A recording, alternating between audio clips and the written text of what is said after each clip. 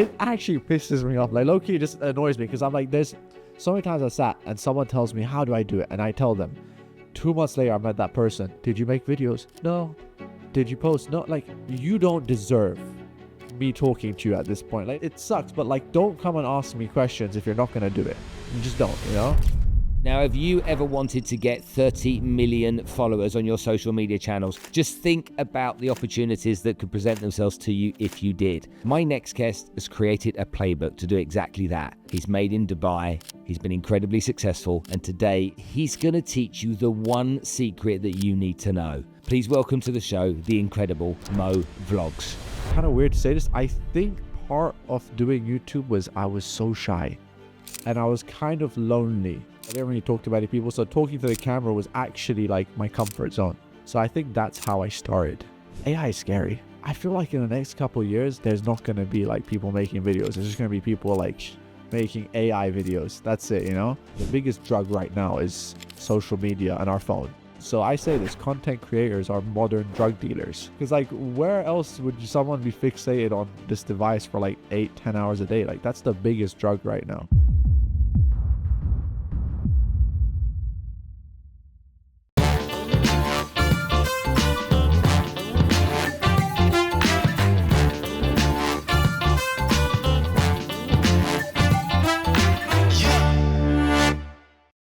Well, this is interesting, having Mo Vlogs in the house. Thank you for having me. It is interesting having you because you are usually in control of the content you make, how it's put together, how it's produced, and then how it's sent out to the public. And now you've got no chance of doing any of that. I have no control. I actually hate doing podcasts, by the way. Yeah? It's one thing I hate to do. Why? Really. I'm so used to me editing, me cutting out things that I don't want to talk about. So when someone else is doing it, like, I really have no... If I mess up, I mess up, right? I could say something like, shit, it's done. I'm cancelled.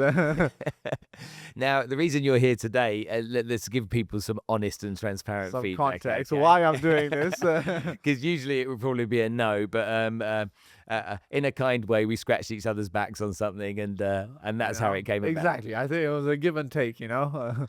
Absolutely. We did some good business.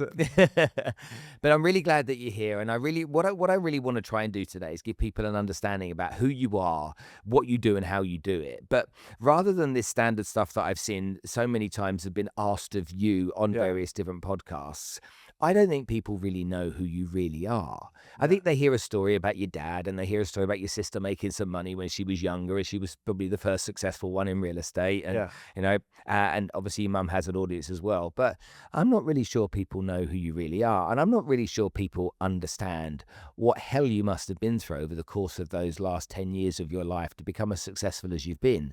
You know, it looks on the surface of it like it was a walk in the park, but I'm not necessarily sure it was.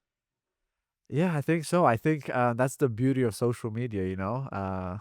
People don't see everything a lot of the times. I don't know if that's a good thing. I think in my case, I'm fine with it. You know, I don't need everyone to know everything, but I'm also happy to talk about it. Okay, so take us back on this journey. You used to be a gamer. Yeah. Okay, and Call of Duty was one of your things, and you were pretty successful at doing that. And then you decided, I'm going to be a vlogger. Yeah. So what prompted you to want to even do that? I think when I started YouTube and vlogging, like nowadays everyone's on social media. Like I'd say, it's your barber is a social media guy. The grocery store guy is like live while he's scanning groceries, you know? I think back then it was just like growing up. That's, you know, I used to watch YouTubers. It was fun. There was no money in it at the time. And it was like, oh, this is cool. You know, like this is interesting. I want to do this. And I know it sounds kind of weird to say this. I think part of doing YouTube was I was so shy. And I was kind of lonely. You know, I was a shy kid. I didn't really talk to many people. So talking to the camera was actually like my comfort zone. So I think that's how I started.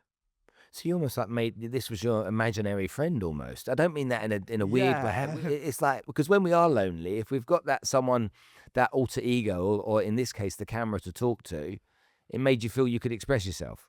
Exactly. And I feel like as someone, and people see me online, like I remember when people met me, they're like, why is he weird? You know, why is he so like, hi, how are you? Like I was shy, right? When I met people, but I think that's how, like you said, I made friends. Like I would read comments and that's like, I would reply. That's how I talk to people, you know?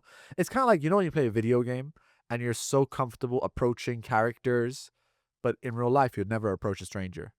So that was kind of the same thing with YouTube. Like, I would never talk to people in real life, but it felt easy to reply to comments like, "Oh, hey, this I love the video. Okay, great." Or, "Hey, you look weird." No, I don't look weird, you know? So I think that was kind of a way of like me talking to people. Yeah. And as you were growing up before this happened, were you one of these solo kids, one of these didn't fit in, didn't have a place? Were you in the footy team or whatever it may be? Where were you in that kind of I wouldn't hierarchy say at school? I didn't have friends in school. I did had a few friends, you know. I did have friends, but I think I was not very social. Like I was not the guy who was like at parties. I was not the guy like, you know, the cool kid in school. I think I was kind of just like I played a bit of games and I had a bit of friends.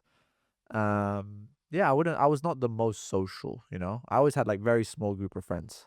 And did you go home from school every day and go straight onto playing computer games? Yeah, You were that that kid. was that. I was that guy. Did you have a do not enter sign on your No, bedroom no, door? no, no.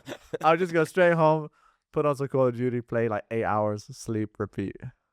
And the whole world and community of Call of Duty became essentially your ecosystem at the Yeah, time. yeah. Wow.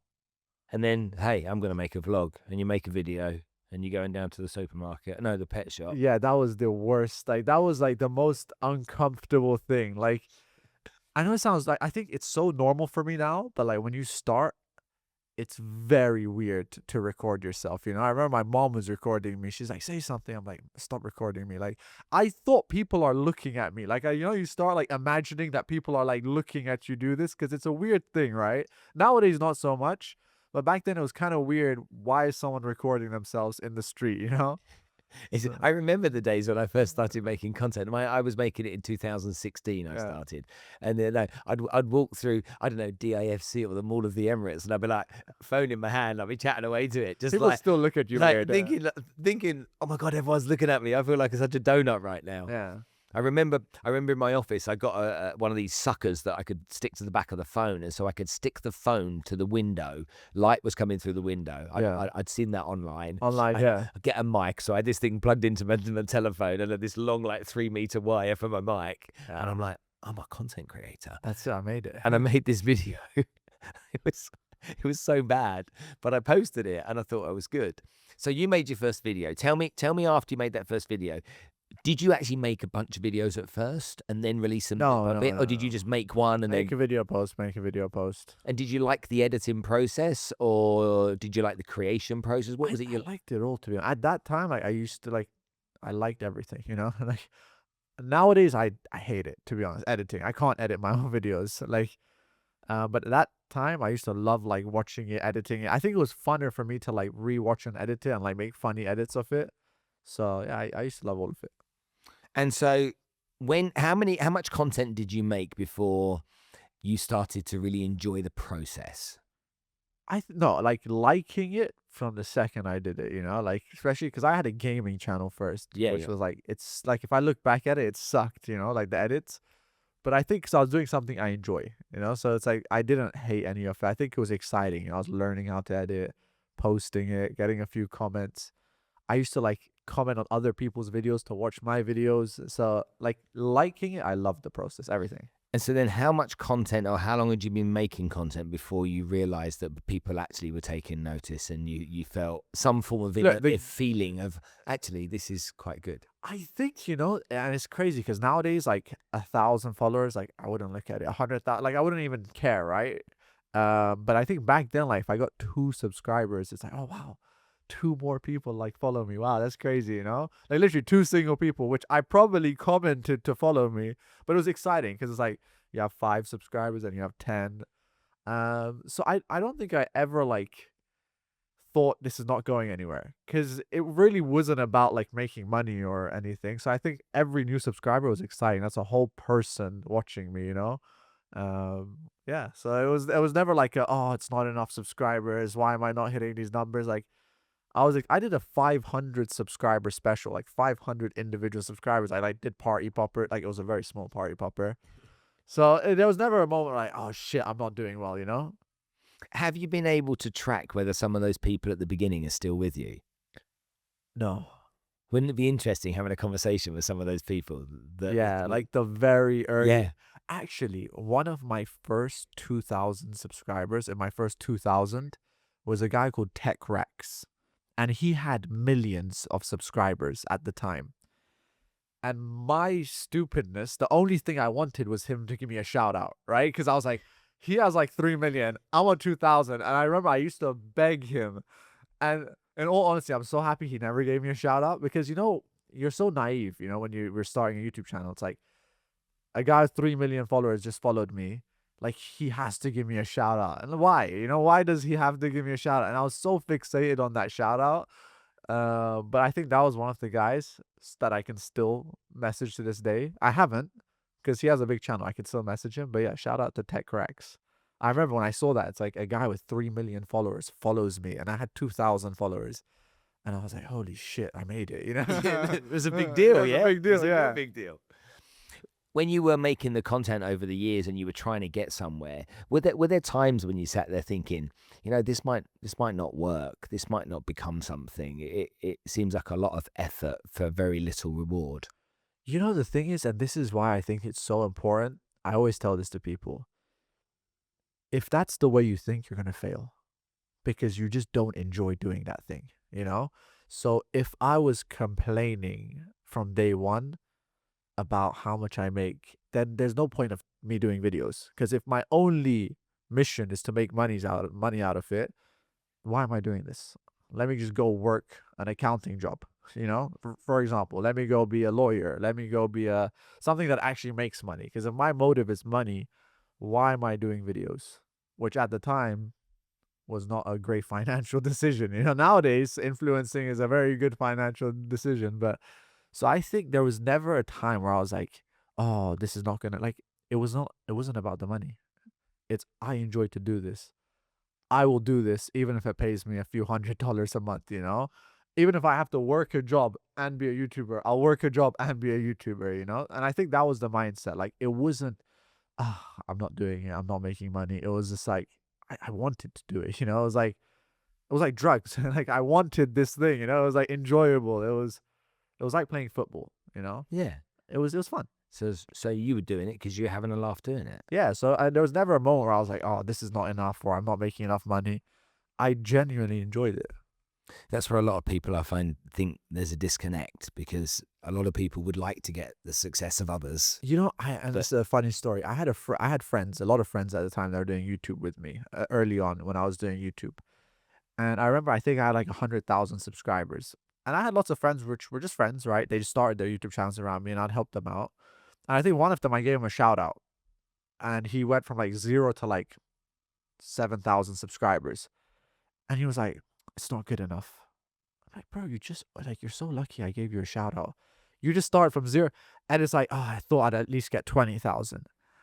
A lot of them failed now. None of them. They're not YouTubers. They all just gave up, right?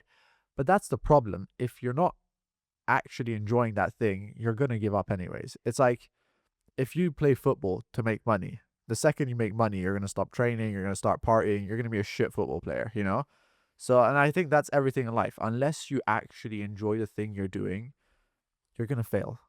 A lot of successful traders say, don't trade to make money, learn it, understand patterns. For example, I'm not a trader. This is not financial advice, but yeah. So it's unless you actually enjoy the process of the thing you're doing, you are not going to be good at it.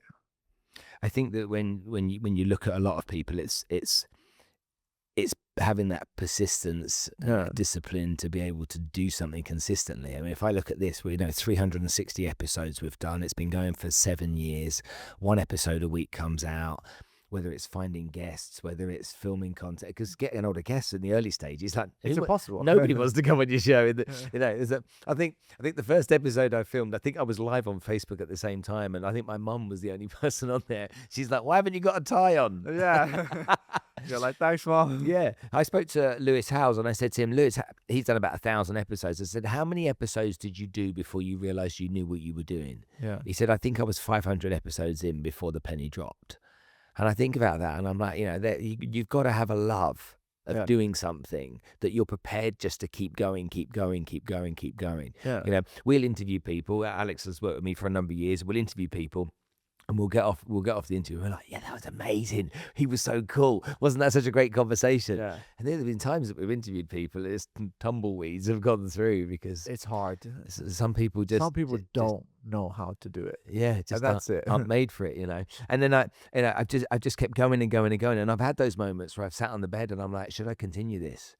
Yeah. Is this really, you know, is it really Is this for me? achieving? Is it am I a middle-aged, 55-year-old white English guy with blooming slick back hair, the Yeah. archetypal person that everyone likes to hate?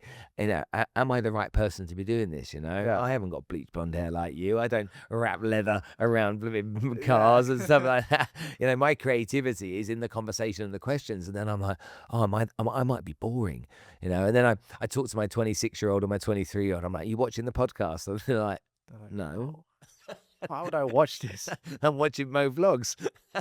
I mean, everyone has a like, when I made vlogs, that wasn't cool. Podcasts just became a thing in the past couple of years. I think when you're the first to do something, you really believe in it, you will succeed. It might not be now, it might not be in a year. Eventually, there's gonna be a crowd for that thing, right? I mean, nowadays there's the craziest things that didn't exist years ago. There's new genres, there's ASMR. Like, imagine 50 years ago, someone ate food on camera and said, this is a thing. ASMR, like, I'm gonna make noises on a mic. Like, how stupid does that sound, right? Someone did it, People like it. and it's a thing. I know, it's weird, isn't it? That's it. I think, as crazy as it might sound, if you believe in something, it could become true. There's a genre for everyone. Yeah. Talk to me about AI. AI is scary. If for you doing what you do and being able to replicate yourself and being able to think about different ways of how that can be utilized in your world, does it scare you in an excited way, or did you create fear?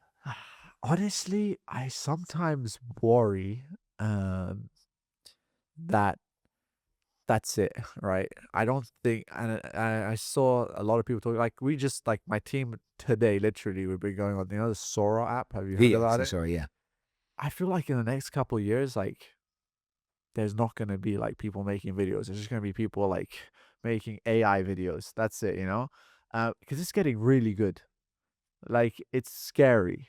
Like, genuinely, like, let's say a video of mine, right? I wrapped a G-Wagon in Louis Vuitton duffel bags. Like, I'd spend tens of thousands doing that video. You can just do it for, like, free, an AI. So, like, I don't know. I don't see in the next, let's say, 5 years, I don't think people are going to be making those high budget productions anymore. I think it's just going to be AI budget productions, maybe the best AI. So it does scare me, because obviously it might replace YouTubers and influencers. So, but you never know with these things. It's like, like, I don't know. Right now, looking how good it's getting quick, it's scary. But I guess that's life. You need to adjust. Nokia got replaced by iPhones. Um, Yeah, but they got replaced by iPhones because do you know the story about who invented touchscreen technology? no. Nokia. Wow. They invented touchscreen technology and they sold it to iPhone because they didn't think it would take off. Wow. Okay. So they're bad decisions, just like Kodak. Yeah, Kodak, they uh, didn't they- want to. yeah, They thought they digital can't cameras. sell the films anymore. Yeah. So it's kind of similar. Like, I feel like nowadays it's either you start learning AI or you're gonna fall behind. Yeah, of course. Well, that's a given. When you look at someone like you, what I find quite interesting though is I think it will go on a cycle of going from real people to AI to nobody knowing who's real, and they'll actually want to shake your hand and look in your eyes eventually. Yeah, And I think that you will be you because you have an audience. I think you doing in person stuff it will be the will most be where valuable. there's real value because people will be like, the real man is here, not the avatar. Yeah, And that's where I think your celebrity positioning will just rocket again because he's here with us. yeah. There's actual human. He does. Yeah. Yeah, you never know. Honestly, you never know where it's going. I think it's scary. I think if they told us 20 years ago this is what we're gonna be doing, it would be like, no way. Like, when I grew up, like, a nightmare for me would be, like, imagine we live in a world where, like, these screens are attached to our faces, and we're like in these chairs. Like, that was like the nightmare Yeah. version of the world, and it's happening. So it's like, what's the point? Where like everyone's like on a day-to-day basis, I always say the biggest drug right now is social media and our phones. Mhm. Like 20 years ago, it would not be normal for people to walk around and 10 hours a day look at this little screen on their hands. Like, we're in a world, like, look at people, look at things, like actual real things, but everyone's so fixated on their phones. So I say this, content creators are modern drug dealers. So the mobile phone makers, they're not the drug dealers, it's the content creators that are the drug dealers. Yeah, I don't know, they're the suppliers, or I don't know what they are. They're like wholesalers. But, it is true, because like, where else would someone be fixated on this device for like 8, 10 hours a day? Like, that's the biggest drug right now. Mm. Um, Do and you it's do you scary. have a conscience around that? Does that make you feel I bad do. at all? I honestly, I'm a consumer as much as I am a producer, which is scary, because sometimes I tell myself, just get off, like, because when I'm not making videos, I'm probably watching videos. I'm like, this is not life. Like, this should not be life. Like, just watching videos and producing videos, but it's Have you gone down a rabbit hole for 6, 7, 8 hours before and just lost yourself, lost yeah, a day, lost an evening? a lot. And that's kind of scary when you think about it, because Mm. like, I feel like kids nowadays, like, I've seen kids watching my videos and then they see me and they don't care and they continue watching the video, like young kids. But that's for them. That's how they've been brought up, right? The iPad babies or whatever you Yeah. call them. Their whole life is a phone, and that's the scary thing. I feel like even parenting nowadays is a lot easier for parents to just throw an iPad to their kids, watch that, stop making noises, and just let me live my life. But You've seen the videos when the babies are in the bed and yeah, they're moving their thumbs yeah. as if they're swiping on the phones. They're asleep. Oh, I'm not. There's nothing in their hand and they're asleep and they're like that. Scary. It's Yeah. scary. But I mean, Coming back to AI, answer me a question about creativity. You come up with so many different creative ideas around the work that you do. I mean, some of the stuff, I mean, even just the recent stuff. I'm like, where you get that from? the idea. So I want to know. If you've sat down with ChatGPT or anything like that, okay, Oh, and asked it to create with you and come up with ideas with you. I don't honestly, like. I don't really ask ChatGPT about video ideas nowadays. I think we've tried it out with the team. I think I just look, nowadays content is hard. There's so many people doing content. So I think of like, how can I mix trends together? I have though, and this is one thing I have looked at. Obviously nowadays there's lots of AI videos popping up, right? I do look at those videos and then say, how can I make that real? Because like you said, there's still AI and there's still real stuff, right? When you watch my video with the Louis Vuitton G bag and you can see it's like a real video. So for me, it's just like trying to like, people don't want to watch something that's normal, right? I'm not trying to produce normal content. As stupid as it might seem, that's why it gets views. People are like, oh, he's insane, or this is stupid, or why is this on my page? Someone canceled him. Like, I know. I know this is not logical. I know this is not like, but obviously, I do also sometimes look at AI things. Like, for example, um, let's say there's a lot of AI videos of, a Bugatti boat. Uh-huh. Have you seen these? Like when they Yeah. make a Rolls Royce yacht. Those are cool things. Like they're getting views in AI, but what if it was real? Hmm. So these are things that I look at. I'm like, okay, actually, this is the time that I do look at AI and say, okay, fantastic, but can we make that real now? So that's a lot of the times how I get my content ideas. My car chandelier in the house was a video I saw of AI. It was this AI video of a car chandelier, and I was like, this is really cool, but is it possible? So then I was like, okay, well, I can't hang a, a real Ferrari on my roof, It's too heavy. It probably will fall. So then it's just like, that's when I do use AI. So I see these like videos, which obviously are these ideas that aren't real because they're just too hard to be real. Then I'm like, how can I make those real? So I think that's how I look at it. Because if it's getting 100 million in AI, imagine if you made it real. So Yeah, always a challenge. Talk to me about how you or when you first realized that you were doing something that was more than just creating content for the fun of it. When did you realize that this was actually something real, and how long had you been making content for before it started to be financially essentially rewarding? I think, look, the gaming channel I had for like 2 years, no money, zero. Yeah. So just 2 years out for that. when I started my vlogging channel, I think about 8 months in, I did start making money. About 8 months in. Couple of $100. Yeah, Yeah. exactly. I think when I started, but that was amazing. I think my first, like, the first days you probably make like $1, $2, $5 once you start getting monetized, right? But for me, I remember clearly, I was like, listen, if I can just make $2,000 a month, I'm good. Like, I'll be good to live off this, it was such a stupid thing. I was like, okay, if I have like $60 a day, I can go like to a water park or to a theme park. Back then, that was content, like if I can go to a water park or, so that's when I was like, okay, this could be something. But I think it did go quick. Like, I grew fast, which was a blessing, When you Uh, say fast, what do you mean by like that? once I started getting like, so basically, I left university Yeah. because I hated it. I was like, this is stupid. This is what I felt at the time. What were you studying? Maths and business. Fun subjects? It was the worst thing. Like, I was good at it. Don't get me wrong. It wasn't because I was failing. It's just, for me, it was, Boring. I just felt like at a young age, I was like, listen, I'm going to be successful. There's no chance this stuff that I'm learning is useful. So when I left university, I said, I'm either going to make a clothing brand. I'm either going to make a business. I'm going to do something, because for me, like, it was clear business owners don't need a degree. Like, it was clear to me. Like, I don't think, like the guy who made the iPhone, doesn't matter he has a piece of paper. Like, no, he just went and made it, right? He went and did something. Or similar to any business. Like, I think it's very, and this is the thing people confuse. I'm not saying to be stupid. You need to learn.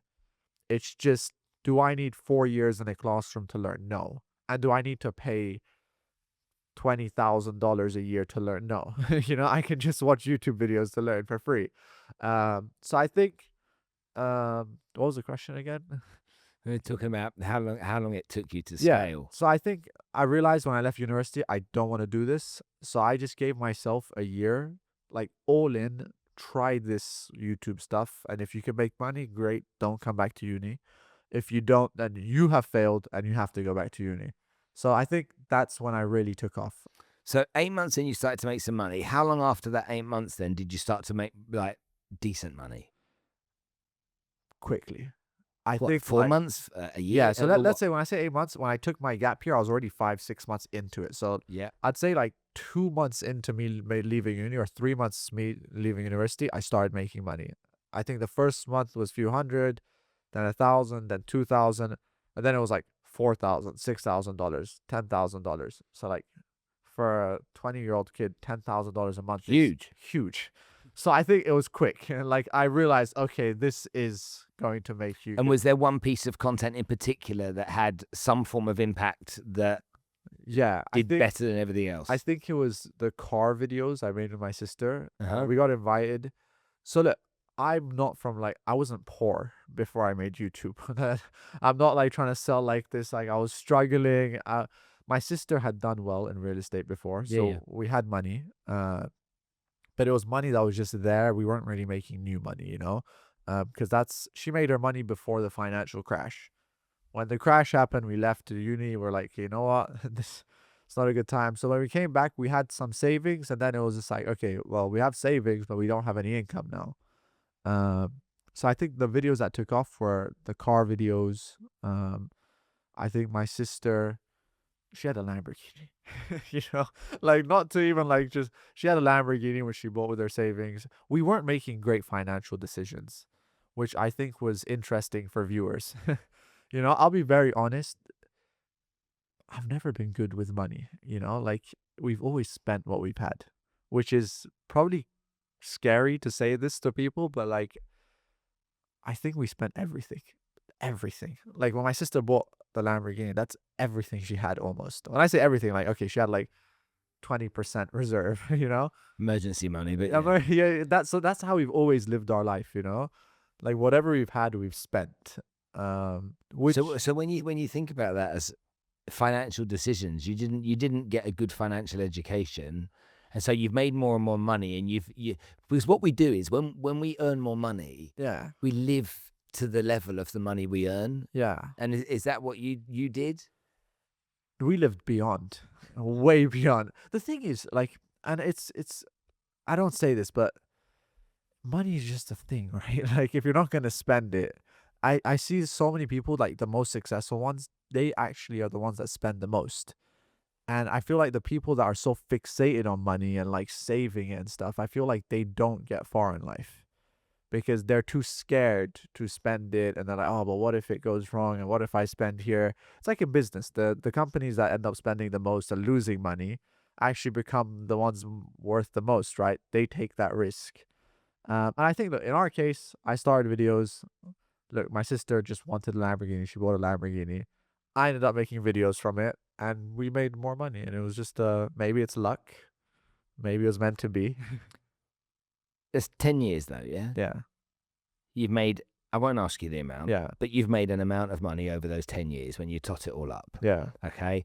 I'd argue that it's probably a few million and some more, but Yeah. whatever the number is, Yeah, definitely. doesn't matter. I'm Yeah. not going to probe there. Whatever that amount was, 10 years later, honestly, Yeah. how much of that money you've made have you still got in the bank as a percentage? Like in the bank or properties or Yeah, things. yeah, in assets. Yeah, in assets, that's fine. Of how I'd probably say like 30%, You spent 70% of what you made. probably. Okay. What's your worst financial decision you made? I don't think any. I think everything I've done has been very good. Look, Spending the money is one thing, but if you've used the money because you're using it for creative ideas for everything content I've to done make is more content. money, Everything. that's fine. It's Mr. Beast talks about it all the time. I just spend the money to Yeah. make better videos, yeah? Yeah. And obviously you're along his lines as well. Yeah. So are you saying you spent 70% to make more and more content so that you can make more money, or have you made some stupid investments or could- spent money on something you shouldn't have done? Could I have showed cars without really buying the cars? Maybe. I just bought them though. You know what I mean? And then sold them Yeah. for a loss. Sometimes. You know, could I have invested the money better? Yeah, you know, I could have put it in S&P 500.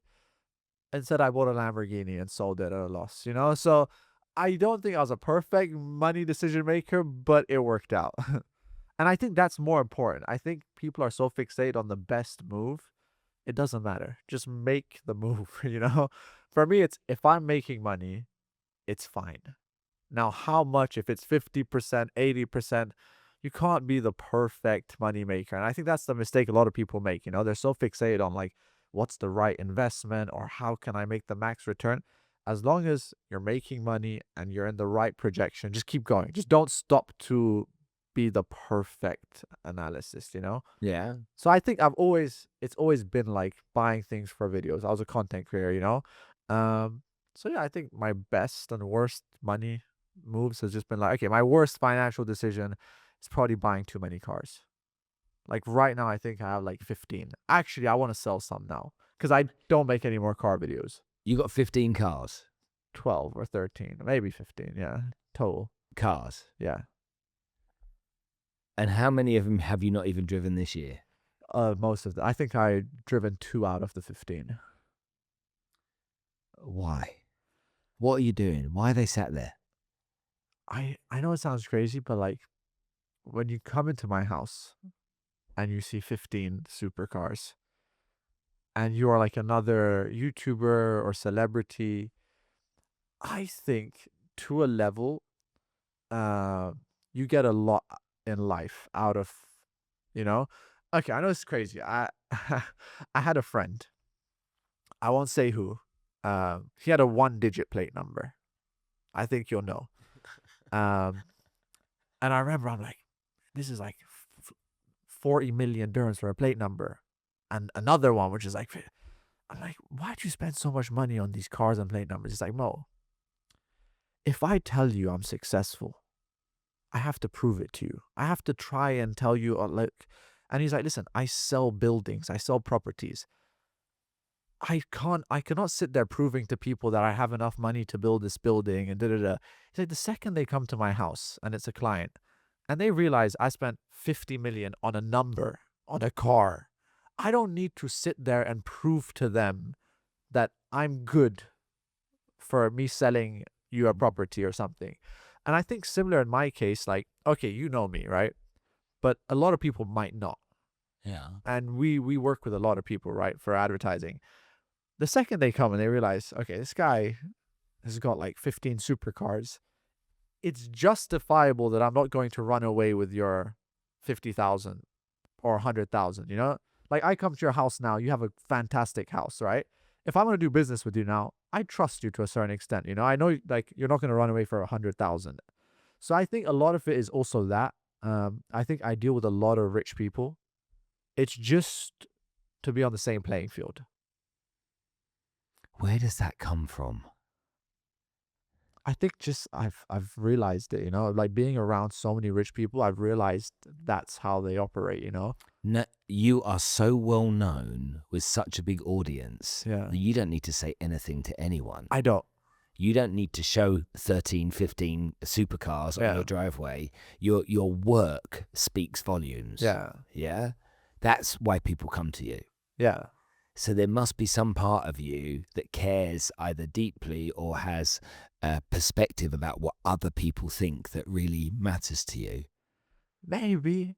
Look, also, and I say that, of course, a lot of people know me, but I think also like people see the YouTube side of me, but I also have like a marketing agency, and I don't like sit there selling anything, right? But my team does. So a lot of the people that come might not even know me, you know? So like the more important ones, like the bigger deals, I might still get involved in. I asked my team at the office this Yeah. morning. That's because I was in, and literally, I was at my office at 12 o'clock, and I said to the team, I'm seeing Mo Vlogs this afternoon for the podcast. Yeah. And there were some people that didn't know who you were. But as soon as they went and checked you out, they're like, "Oh, Mo Vlogs. Okay, I know who you mean." Yeah. Exactly. So once people realize who you are, it says everything on YouTube about who you are and the success you had. Okay, it's very clear that you're making a great living out of doing Yeah. it. You don't need to prove that to me with your, with your Yeah. your Louis Vuitton key fob or whatever it might be. You know? Yeah. I think I'm also trying to justify my purchases, you know? I think I'm glad to sometimes think I you try were. and justify like it's worth it. But no, saying that, yeah, also nowadays I am trying to sell some of my cars because I've also stopped doing daily content about them. Back then it made sense. It's the story. I buy this car, it's damaged, I need to fix it, or you know, oh my car. Like back then it made sense. I'll be honest, right now, yes, I am trying to sell a bunch of my cars too, because I think content's changed as well for me. A lot of people still it would make sense for them. But like I try and justify, you know. I think it's also like me trying to justify stupid spends. I'm like, well, it also adds to this, and you know, I mean, I'm just trying to, but I think it also does help. Look, sometimes. Is it easy to get you excited about an idea? Yeah, very. I You love know, ideas. yeah. I love ideas. That's one thing I think I get too excited about too many things, you know. I try and do too much sometimes and then I come back, I'm like, guys, scratch it. We were just focus, you know. But that's just me, you know, as a person. And if the video that came out recently about, we'll go back to the one with the duffel bags. Yeah. Okay, that's a car video. A car video. Do you call that a car video or would you call that something else? Fashion. You call that a fashion I video? mean, I'd say a fashion video, yeah. I don't know. I don't know if it's a Well- car video or a fashion. But No, you wrapped a car I wrapped the car, yeah. It's a car fashion. in Louis video. Vuitton duffel. Yeah. So that's not a car video. Car/fashion. I mean, look, I didn't make that video because I just thought it was a cool idea. Yeah. Yeah, that's it. I didn't think of it as a Oh, no, car but let's go video. back to the beginning. Okay. You said if you love doing what you do, Yeah. it's not about the money. You're not thinking about the money. You're doing it because you really love the process, Yeah. right? And so you clearly like making videos still, yeah? You enjoy Yeah. all the way through the years you've enjoyed it. Yeah. So you're coming up with new ideas all the time. That was a new idea that Yeah. you came up with and you made the video. You made that content because you believed it would be really cool content. Yeah. And your audience like it from the views that we could see in it. They like the content, yeah? I guess they watched it, yeah. Well, they did, didn't Yeah, I don't know if they liked it. I got a lot of hate for it. A lot of people called it stupid. But I mean, look, I think it was entertaining and I thought it was a cool idea. So what does content have to be? Entertaining, educational, or aspirational, yeah? I think it could be any, right? I don't think there's only one way it works. So look, for me, I judge, and I say this about content, you know, it's either interesting or it's not. And like you said, it could not be interesting, but very educational. There's different aspects, you know, regardless of which way it is, be the best at that way. If you're trying to make educational videos, make the best educational videos. If you're trying to make entertaining videos, make an entertaining video. Just don't half-ass it. That's my whole theory with content, you know? Some people, there's so many aspects. It's not like this. Like, you can't just pinpoint a good video. Well, it's educational. Yeah, but it's very boring and I don't care as well. That's also an aspect, right? It could be educational and entertaining, right? There's so many nowadays. You cannot just think of like, well, I'm teaching someone how to read a book. I don't, no one cares. There's enough videos about it. Why should I watch yours, right? So that when I think about videos is, I always say, especially if you're a new creator, no one cares about you. No one. I don't like, if I don't know you, I don't care about you. Why should I watch your video? So when I make videos, it's either shock factor, right? Let's say with that Louis Vuitton G-Wagon one, it's like, what? Like, even if you don't know me, you've never watched a video, the second that pops up on your page and there's a G-Wagon crushing through like 100 Louis Vuitton bags, it's like, what the fuck's going on here? Like, what's this guy doing, right? Um, so that's how I do videos. It's like, I tell, like, let's say when my team's thinking of videos, I said, I don't want people to even know me to watch the video. Just like, ignore me. I don't exist as a person. Would you watch that video? And why, you know? Obviously, adding to that, yes, they will get to know me. And I'm not saying like I should be an invisible human, but I tell everyone, if you're making videos, just watch it as if you're not yourself. Because people might show me a video, oh, look, it's my cute cat. I don't care. I don't give a shit about your cat, you know? Or I don't care that you made this pasta. Realistically, right? I'm just being a very honest person. Now, if you're entertaining and you're funny, that's one thing. You know, I might watch you cook pasta because you're a funny person making jokes along the line. But I think when I look at videos and content, there has to be a reason someone watches you. Otherwise, you're not special. There's 8 billion people, you know? I'm sorry to break it to you. No one cares. It's I really appreciate you saying that. For me, I think that a lot of people try and be all things to all people Yeah. when they make content, rather than being one thing to some people. There's an old guy that teaches kids without fathers Yeah. how to do dad things, how to Really? rewire a socket. I need to watch you know. that. I need to watch that. Have you never heard of it No. before? So what he does is he talks to young men who haven't had fathers, and he teaches them, how to hang a curtain rail, how to change a light bulb, Yeah. stuff that a man should learn how to do that your dad never taught you. Yeah. Yeah. And so, and that has a great audience. There's something that I'm following at the moment that I'm absolutely obsessed with, which is a Romanian guy who's got Tourette's, Okay. but he hasn't got Tourette's where he shouts. Yeah. He does actions with his body. Okay. And he goes in with these top chefs into kitchens and he cooks with them, and he can't stop creating chaos.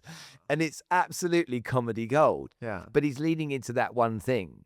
When you're all things to all people, I think that's where you from the content point of view, have a problem.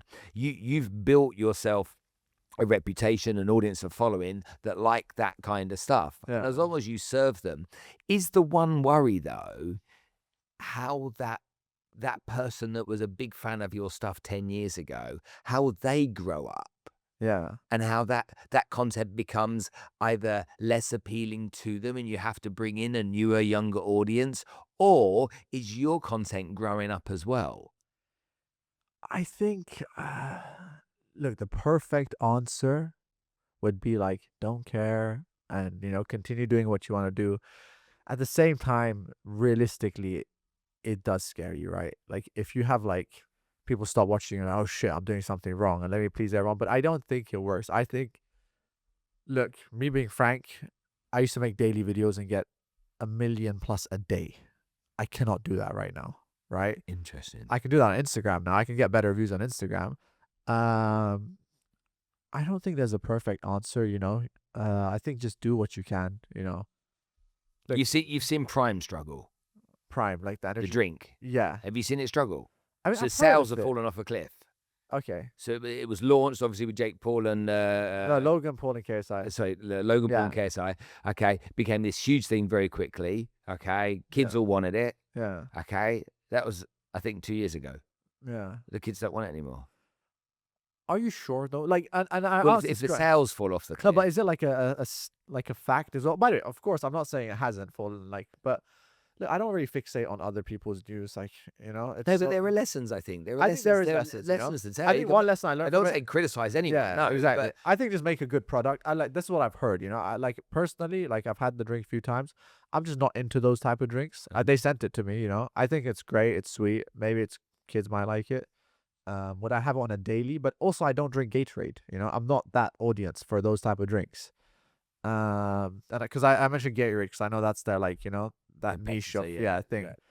yeah. I think yeah, there's good lessons to learn. I think for me, it's very easy. Like you said, you can see what others do and fix it, right? If I asked you to write a playbook, Yeah, okay, what you do and how you do it, yeah. do you think you know? Or do you think there's so much that's just instinct for you? I think when you do something long enough, it's hard to like sit and really teach someone because things that might be like so obvious, like 1 plus 1 is 2, you might just ignore those steps for them. I think I could teach someone to be a very successful YouTuber, but I think it's very easy to do pretty much anything nowadays online. Like I would say this, like, I think it's very easy to be a professional footballer. It's just, do you actually want it bad enough? I think not enough people want to be successful in the thing that they say so, right? Like let's say you want to be a professional footballer. Wake up at 6 a.m., do your training, just have, protein, do not have any sugars. It's very easy to be good at anything, whether it's a footballer or YouTuber. The problem is people don't want it. And it's really like I sit there, people are like, no, I really want to be a YouTuber. Okay, did you make a video today? No, but I was thinking, why? You could have, like, you physically can't do anything. Like even me, I could be at least 50% better than who I am, right? If I wake up earlier, if I don't scroll that extra hour in a day and I sit and I write ideas. So that's why I think I could teach someone. I just think there's enough videos out there teaching you how to be a YouTuber. You do not need to hear it from me. You just don't. And I think people nowadays are so fixated on learning from others, which is great, but like, you've watched one video about it, you've watched two. How many videos do you need to watch How before you many start before taking you some start? Like, action? you're only gonna learn once you start. Like realistically, like, okay, it's great to have a general understanding. You're not gonna get anywhere till you start and you really commit. Like, I remember when I started, it's like I have to post a video every day, whether it sucks, it doesn't suck. I just have to press post on a video every day. Then I can figure out how to make it better. So, could I give people a playbook? Yes. Is there enough playbooks? Yes. Like, I sit there, people like fixating on how to be a footballer. Like, there's enough. You know what to do. Just go do it. just do it. Um, yeah. I think be consistent. Make it interesting. Like, there's only so much I can say, but it's just like at this point now in the world we live in, like, you know what to do. Just do it. Okay, folks, let's talk about real estate. Now, a recent partnership that we've just established on the podcast is with AYS Developers. Luxury properties with high-end finishes from people that really understand the subject. Often in Dubai, you'll find stuff that is maybe substandard. With AYS Developers, you're not going to see that. You're going to see fantastic properties that you can buy, you can invest in, you can make a home on Dubai Islands and other places too. So go visit aysdevelopers.ae and check them out. I promise you it'll be worth the trip. It's just, you know what, every time you sit down with anyone that's successful at whatever it is that they do, the answer is always the same. It is. That's the thing. It's Just like, do the work. do it. That's it. Yeah. It's just, it actually pisses me off. Like, low key, it just annoys me because I'm like, there's so many times I sat and someone tells me, how do I do it? And I tell them, 2 months later, I met that person. Did you make videos? No. Did you post? No. Like, I'm actually mad that I told you what to do. Like, it Yeah. bothers me Yeah. because you don't deserve me talking to you at this point. Like, it does, it sucks, but like, don't come and ask me questions if you're not going to do it. Just don't. I give you a good example of that. Both my daughters, when they left university, they said, "Dad, how do you find a job?" Yeah. And I'm like, "What do you mean?" They're like, "Well, jobs on LinkedIn. Do you go LinkedIn to find a job? Is that what you do?" I'm like, "Well, have you heard of a recruitment consultancy?" They're like, "No." Yeah. I'm like, "What about job boards, job sites online?" And they're like, I said, "You've just done 4 years of university and you don't know that?" Yeah. And they're like, "No." I'm like, "Right. This is what we're going to do." So my eldest first, she's 26. So when she left uni, I said, "This is what we're going to do. We're going to go on the job sites. We're going to apply, okay, for 30 jobs a day, every day for the next month. That's 150 jobs a week. That's 600 jobs over the month you're going to apply for every day. And at the end of every day, you send me a WhatsApp with every job you've applied for. Got it? Got it." Got to the end of the month, 6 jobs she applied for. Okay, she got offers at 10 of the companies she really wanted to be in, and she got her job. Yeah. Okay, absolutely delighted. Got the job in the company she really wanted to work for. Yeah. So that was her. Second one came along. Right, this is what we're going to do. Apply for 30 jobs a day. Da, da, da, da, da, da. Got to the end of the first week. I'm like, hey, where's the WhatsApps? Oh, blooming hell, Dad, Yeah. Oh, there's not that many jobs out there. And I'm like, excuse me? There's jobs everywhere. I'm like, there are jobs there. Exactly. I said, no, you have to follow the rules. This is what you have to do. The first one did exactly what I told her to do, did the work, put the effort in, okay, got the job she wanted. The second one, what do you think happened? Didn't get a job. Didn't get a job and couldn't understand why. And it comes back down to the same thing over and over and over again. You've got to do the work. Yeah. If you're selling real estate, you've got to do the work. There's no shortcuts. If you want to be a content creator, then you've got to be making videos. Yeah. How many videos have you made over the years that have been appalling and shit and shocking and you're just like... I can't even count anymore. Thousands. Yeah, exactly. I mean, I made so many videos that I look back on and I'm like, what on earth was I thinking? They're just howlers, Even with Alex filming and editing and whatnot, I'm still producing howlers. Even to this day, I produce howlers. But it's like, I'm not going to stop doing it. Exactly. Okay? I'm not going to stop doing it because you got to keep doing the work. And then one day your luck or your opportunity will come along. Yeah. I look at you, and no matter what anybody wants to say, you did the work. Yeah. And no one can ever take that away from you. I think that's also the biggest thing is excuses. And let's say a lot of people might say, well, I'm too old for this. And I know, because I do so much content, I think it's better to be old than 30, by the way. Tell me why. Like, I think if I look at you right now, if I'm watching a podcast, I would take you more seriously than me. You know? And I tell this, I think extremes are the best. I think it's better to be very fat or very skinny if you're a content creator. I don't think, or very muscular, I don't think the normal body is like, so the average is not good. I'm sorry. It's either you're great or you suck. There's no in between, everyone's there. So I think it's the same with content. So a lot of people are like, oh, well, I'm too old. No, perfect. That's perfect. You already I'm sometimes waiting to be old. I would love to be an 80-year-old creator. You know how much I'd do? I'd grow out my white hair. So there's no excuses, And I'm not saying if you're an average person, that's bad too. No, that's great because now you have something to build on, right? Now you can, if you want to do fitness, well, great, you're average. You can either go very muscular or very good body. So I think excuses are the biggest killer because a lot of people, oh, well, I'm too fat. No, perfect. By the way, this is like the dark side of YouTube. Sometimes when I'm doing videos, I'm like, oh, I have this friend. He's very fat. Perfect. I want him in my video. I have a friend. He's very skinny. These are the guys I'm looking for, And the reason I say that is there's no excuses. If you're fat, that's something, You can start a weight loss journey. I can't.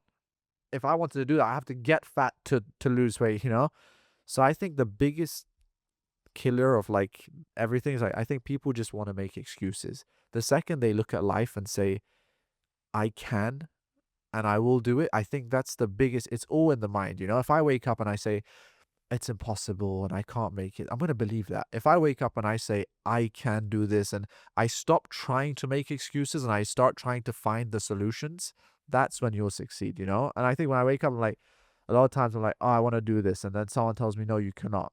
Let's find a solution. There is a way. There's never no way to do this. Well, and you find the solution at the end. I'm like, well, it happened. How? Maybe instead of you trying to blockade it every second, you just try and actually do it.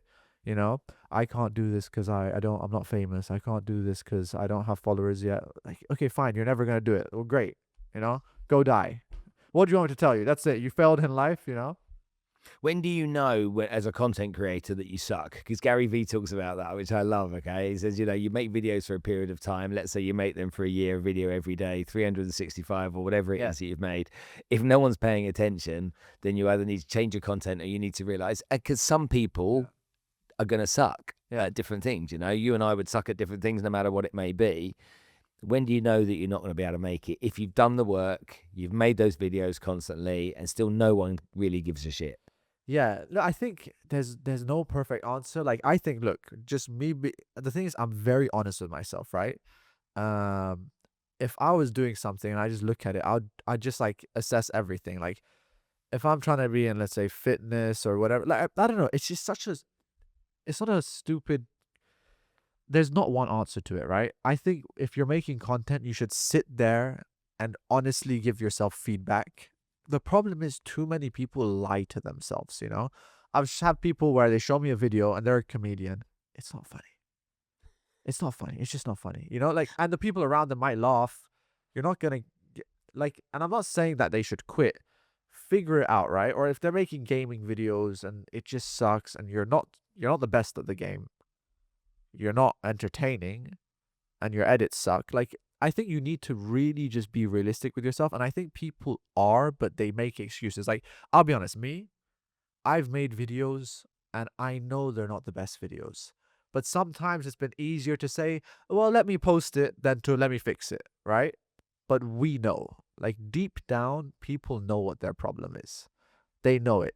If it's someone that's failing at YouTube, maybe they know they're not disciplined enough. But it's easier for them to pretend than to accept the reality of like, I'm failing because of XYZ. Like, I think if you sat with yourself an hour and said, why am I not where I want to be? You could list out a ton of things.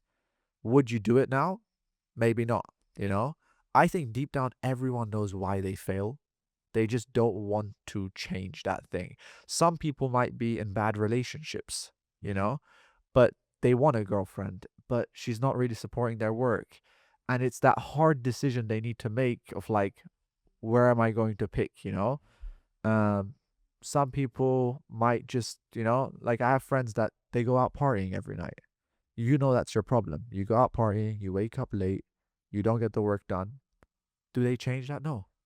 And some people think they're disciplined, and they are to an extent, but they just don't want to have those hard discussions or hard choices to make, you know? And it could be anything. Let's say, I know it's a very bad example.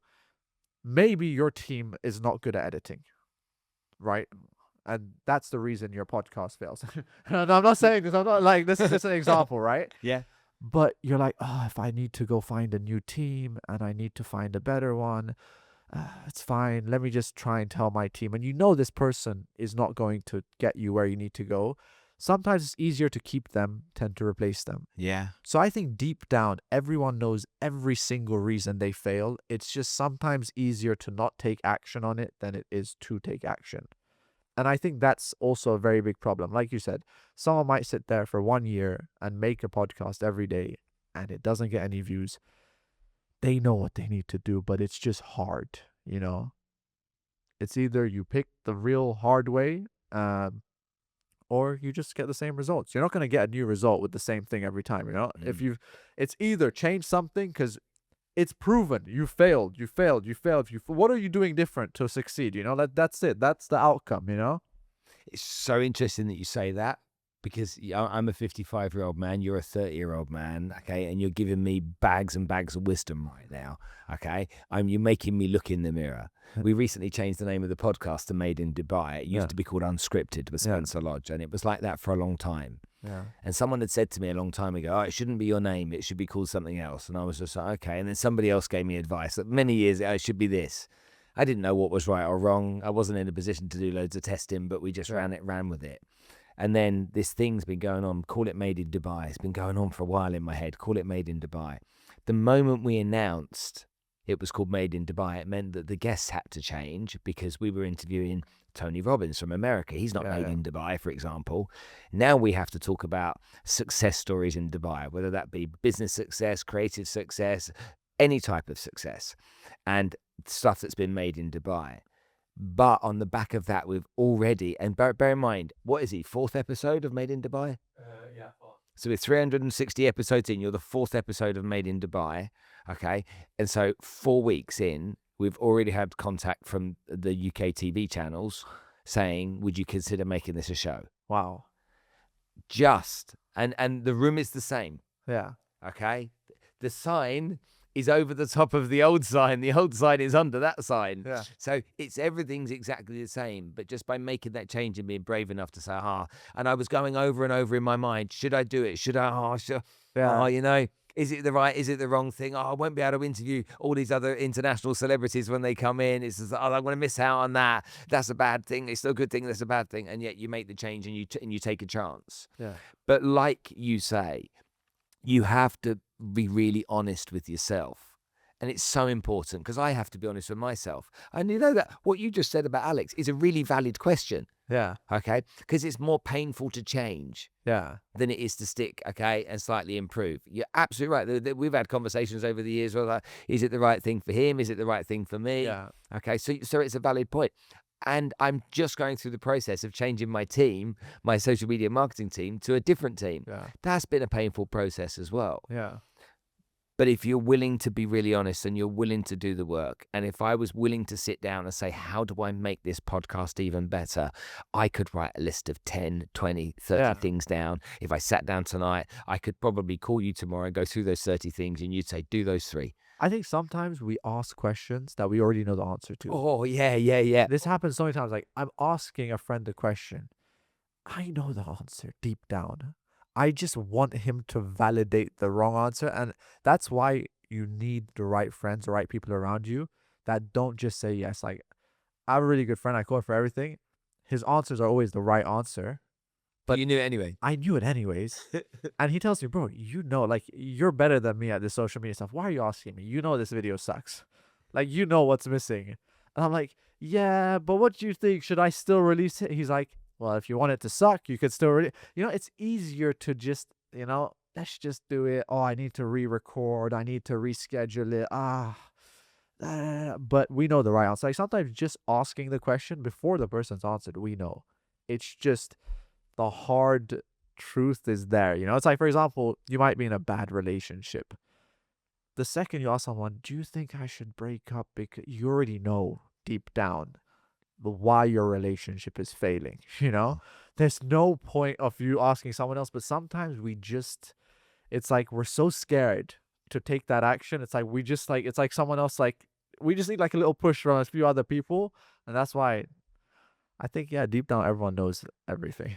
Couple of questions before we finish. Talk to me about haters. Haters, they're going to be offended, but they're not offended because it's a hateful, it's because it's true to a sense, And I think a lot of the times it's insecurities being pushed out, which might be true. And look, I'm not saying this to all haters, right? But I think haters are a great thing in a lot of ways as they are harmful. Because also sometimes, like you said, they're your biggest fans too, because they might see things that you're trying to avoid, Um, I think it's something that, like, obviously I'm not going to say it's not hurtful. I think it's a lot of, Is it hurt your a lot of feelings? people, it hurts their feelings. No, but you, has it hurt your feelings? I would say there has been times, but I also say this, I probably deserved it. Ooh. Does that make, and I say this because, like, I'm a type of person, I always try to look at life in a very honest way. That's how I look at it, right? I get lots of comments saying, let's say, okay, you've become very materialistic and you don't care about people anymore, and you're bad because of XYZ. They might hurt my feelings, but also maybe you're right. Maybe I have turned into someone that is not so great, Mhm. So if I just ignore it, maybe there is some truth to it, because it wouldn't hurt you unless you believe it to an extent. You know what I mean? Mm.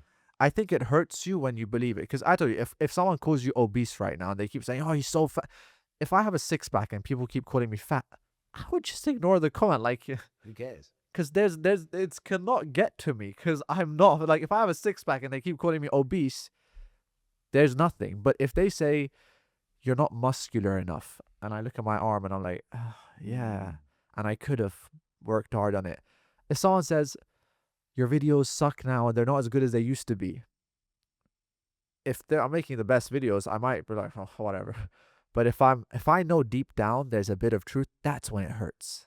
It only hurts you when you start to believe it, And a lot of times you start to believe it because it has a essence of truth to it, But again, I'm not saying that haters are great, but like, that's how I try and see it, Yeah. So, yeah, I get lots of hate towards different things, Yeah, you do get lots of hate. I've been and done a bit of research on it. But I think sometimes we need to just calm ourselves down, and then it's just like, okay, what do we do with this? It's either, for example, if it's not true, let's say in your case, maybe it still bothers you that people don't believe you. I mean, that's also great. You can make content about it. Well, guys, well, here's my, you know, house ownership document. And that's also good, right? I think, yeah, look, I think it's good in a lot of ways. At the end of the day, they're giving you attention. Yeah, as long as no one's physically hurting you, or trying to push an agenda on you. If it's just directly to you, like, hey, Spencer, I think you suck.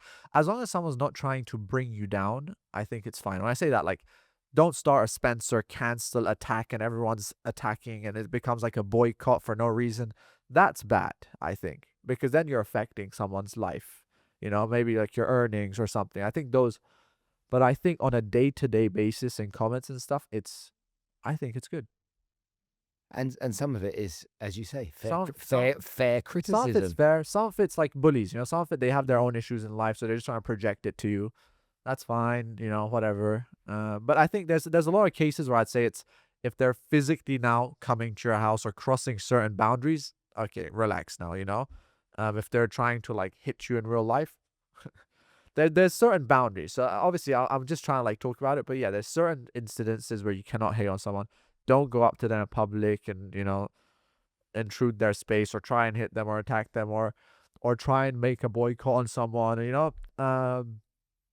So yeah, because I mean, look, I also get lots of people making hate videos towards me. I actually enjoy a lot of them, but I don't like it when they're like, we should stop watching this person or we should, when they try and like group up to get others to. It's fine to spread your opinion, but don't try and make it like an agenda. Get it? I get it. Where does someone like you go over the next 5 or 10 years based around what you've done for the last 10 years? Yeah. Do you continue being a content creator or in the way that you are? Or is there I can't even say the word, evolutionary step that you take to move? What do you move into? Do you move into filmmaking in another type of way? Do you know what that is? And have you thought about that? Or are you very much a live for the moment kind of guy? I do think about what I need to do a lot. I always think about this, but then I always tell myself, okay, listen, I don't think you should always there's a specific playbook. And I think that's what everyone always try, and it's a good and a bad thing. Like, look, I think there's enough examples in life where we can, let's say, for example, you see Logan Paul and KSI making a drink, so you're like, okay, I'm a successful YouTuber, let me make a product, a drink, or Yeah. I think there's enough playbooks that you can replicate, but also just me. I'm always this is a discussion I have with myself every single day. I think today, yesterday, what do I do next? Where do I go? Da, da, da. I think it just needs to be something you want to do. Map it out, vision it out, and try. I think a lot of times, and this is like an issue, like you do one thing and you become good at it, and then you just keep doing that thing. But that's also wrong sometimes because maybe you don't want to do that thing. That's it just becomes like, well, let's say for example, you became a barber before this podcast and you were okay at it and you're starting to make money. Should you forever be a barber and not do the podcast, right? I think I always look at it, but it's gonna differ for every single person. Some person maybe started out let's say a lot of rappers started out rappers and then they became, Jay-Z. Now he's not even a rapper; he's like a businessman. So I think that's a personal decision. Would you Everyone. do I'm a celebrity, get me out of here? Would you do I stuff thought like about shows, like some sort of shows. That's actually one thing that I've been like trying to map out recently because that's something I enjoy doing. I love putting on these like little shows, and ideas. That's where like I enjoy things. if someone asked you to be a shark on Shark Tank? Would that No, they have actually. I did want to. There was like a Shark Tank Dubai Yeah, version. yeah, yeah. I I had think it I think I electronic. didn't qualify for it. They're like, oh, you need a lot more money. I was like, all right, fine. Like I have money, but I think it was just like we're taking the billionaires right now. Like you're a millionaire-ish. Actually, to be honest, I didn't get into any serious discussions, but I know friends that are on it. As the sharks. But no, that'd be cool. That's something I thought about. But then I need to like have a lot of money just to invest in these ideas. And then what about mainstream TV, Netflix show, terrestrial I've been. TV? I was invited for a lot of Netflix shows. I never care so much. Lots of people care a lot. For me, if it makes sense, it makes sense. Look, like Netflix is it's a huge platform. Everyone wants to be on it, but I think it just also depends who it comes from. I think if someone in there believes in a show for you, they'll hit you up and they'll try and make it happen. But the ones I was approached, it's already like current shows. They're just looking for someone. It wasn't like really something that fit in with me, if that makes sense. And a lot of times the contracts are crazy, and I think just I'm someone that's like, I don't like signing bad contracts, which is normal, I think to where I am. Because you've signed a few before, yeah? I've never signed a bad contract. I think since a young age, that's been a phobia because I've always seen like what's happened to people, like they signed a bad contract or they've been a bad. So I've always had that thing where like I remember early days, I would never sign contracts. Early days, I used to do deals, I would never sign a contract. Pay me, I do. Pay me, I do. And I lost a lot of business for that, because I was so like worried about the legal system. How many across all your channels, how many followers, subscribers, you want to call it, how many have you got in total, roughly? Probably like 30 million, I'd say. Okay, 30 million. Yeah. Okay, so that's half the population of the UK. Wow. Yeah, that's the population of Holland and Ireland together. Yeah. That's the population of more. That's all of Scandinavia. Wow, that's a lot. When you think about it, yeah. Yeah. Okay, so when you get to 2 million, from 2 million to 30 million, is it all the same? Yeah. I get Because it's already a big number. I think I only cared realistically at 100K was like, for me, that was like the biggest accomplishment for me. 100,000 'Cause subscribers. I think I grew up with YouTube was like, like this dream thing when I saw these other YouTubers get that 100,000 plaque. And I think a million, I was there too. I mean, 10 million, of course, So I think I've always just saw it as these play buttons on YouTube. But yeah, I mean, apart from that, like 5 to 8 million, it's cool. But like, yeah, I don't know. It just doesn't matter. Now it doesn't matter. Maybe because I've hit 10. I think I was very eager to hit 10. But yeah, it's just this is a number on the screen. Until you see these people, you don't even get it, right? Sometimes I think I don't go out so much. So sometimes I go out and people are taking photos of me. I'm like, oh shit, like these are people, like there's so many people. But I also like that, I like. Do you like the attention? No, like I like that I'm home all the time. Like no, I like people coming up to me. But I like the fact that I'm not so. I don't care to be known. I'm not like, oh, I need to be very famous or something. I just like what I do. That's it. So if you sat and looked at yourself in a mirror, Yeah. and said that out loud to yourself, Yeah. again, I don't like to be known. Yeah. Do you think you're telling the truth? I think, I think you always want something that you've never experienced. I think, let's say right now, and I'm not saying that I'm ultra like famous, but I think I've experienced people knowing me.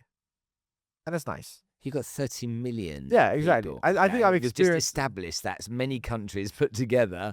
That's the whole Scandinavia. I mean, when you think about it, it's an awful lot. Yeah, You are, whatever anybody wants to say, whatever you want to do to play this down right now, Yeah. you are very well known. You are no B-list celebrity. Yeah.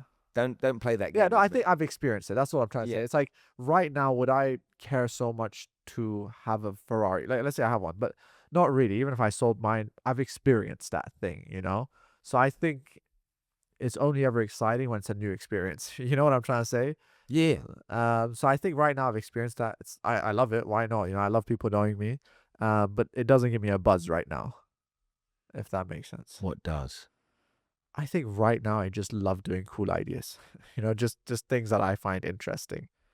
Whether it's video ideas, that's where I find it interesting.